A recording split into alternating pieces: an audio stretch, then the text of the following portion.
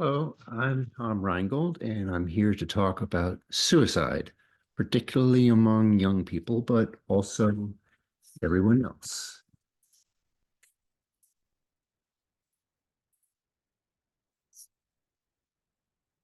I've written this presentation for my classmates in my adolescent health and safety course, and I plan to use some of these resources when they become relevant in the teaching that I do from now until whenever. I'm presently a teacher's assistant in an elementary school, and I plan to teach in middle school or high school, where, and in all of those, in middle schools and high schools, I should say, suicide is a growing concern. I want to share some statistics that I think are important. Suicide is the 11th leading cause of death in the US. And here's some statistics about the year 2021. Over 48,000 Americans died by suicide. There were an estimated 1.7 million suicide attempts. The the age-adjusted suicide rate in 2021 was 14 per 100,000 people. Um, and men die by suicide at a rate of 3.9 times more than women. On average, there are 132 suicides per day, and firearms accounted for 54% of all suicide deaths. I should also add that it that excuse me, death by gun is the most common. Excuse me, suicide is the most common way of death by gun. In other words, it's a little more common even than homicides, and that's a fact that is not commonly reported. It's also interesting to notice that 94% of adults surveyed in the US think suicide can be prevented. Now, the trend is upward, as you can see in this chart. It really starts much earlier than the year 2000. And so this is another reason for concern. It just keeps rising. There was a 2-year dip. This chart shows it happening from 2018 to 2020, but that's actually a little confusing because what I just recently read was that the dip was during the COVID-19 pandemic. And now, after that dip, the rate continues to rise higher.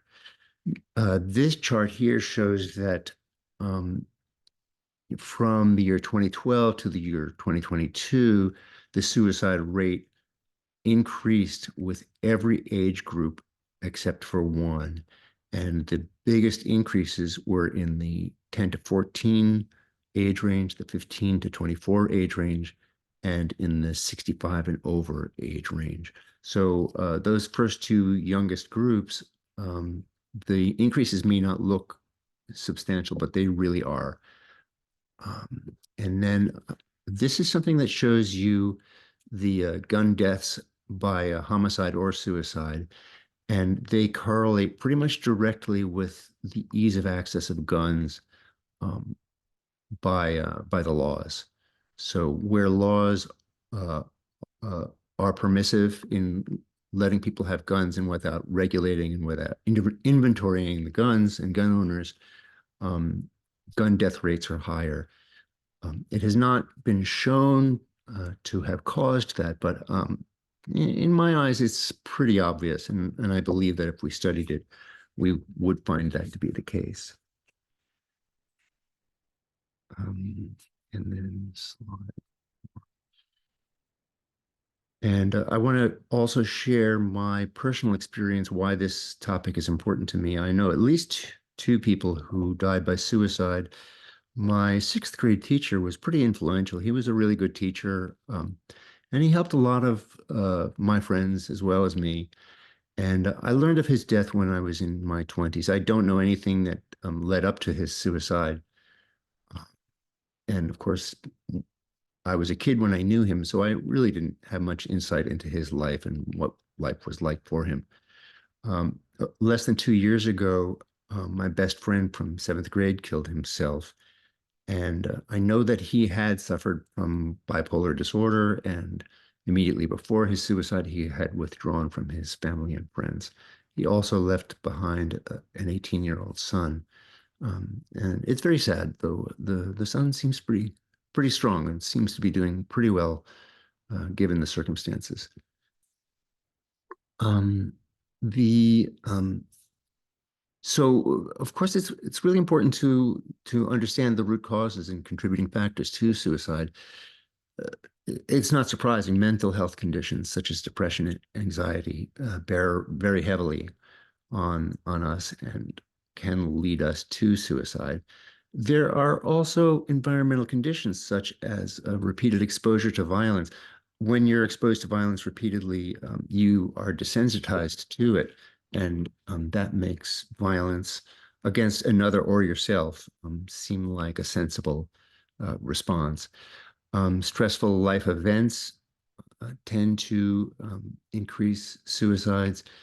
And as I said earlier, easy access to the means of suicide, such as guns, there are other means, but that seems to bear more on suicide than anything else. And another thing is that our access to supportive family and friends um, can lead us to suicide, or at least make it seem like suicide makes sense. So, if you are concerned about somebody you know, or you could even look at these things for yourself if you're thinking about suicide. If you're depressed, if you're anxious, if there are things that you were interested in, you've lost interest. Um, and I'm talking about you, but this is really anybody you might be concerned about. The person may be more irritable than usual recently. The person may be exhibiting humiliation or shame, agitation or anger. Um, so these things won't surprise us that they sometimes precede suicide. Um, the last thing might surprise us. A person whose suicide is imminent might show signs of relief and sudden improvement. So, and it might be because they've decided what to do and they're happy that they're going to end it all. So, if you're with somebody like this, it might be a good idea to stay with them and see them through whatever times they're going through. Um, and for anyone who's committed or is thinking about suicide, we all need to understand that this is common. I don't want to say the word normal, but and I don't know the rate, but I think it's common enough to say that it's not strange. I have had periods when I thought suicide made sense, and I talked to people, and I think that helped me get out of it. But it's common, and the the thing we need to know, I mean, one of the things we need to know is that what we do about it. That's the question. Not is it strange that I'm feeling like I should commit suicide. Um, and so here are some things a person can do. It's always good to have friends um, or family, people you can trust. There are support groups. Some are devoted to people who feel suicidal, and there are other support groups, such as support groups for alcoholism, addiction, dysfunctional families. Just being among people or talking with people who have things in common can really help a lot. They helped me a lot. There is now a national hotline, 988. You can dial that from anywhere and talk to somebody and get help. And New York City has a suicide resource for LGBTQ plus people, which I think is great because the suicide rate is higher among LGBTQ plus people.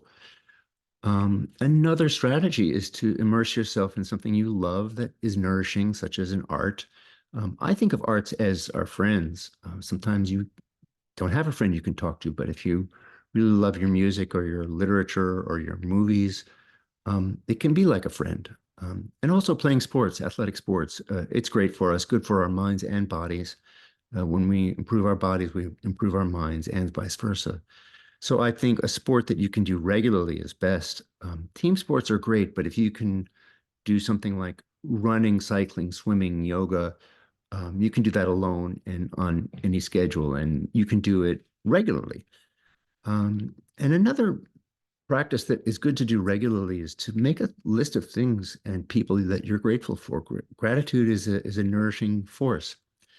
And then lastly, learning new skills. If you're a lifelong learner, then you enjoy learning. It makes you happy, and happiness definitely beats desperation. Okay, thank you very much.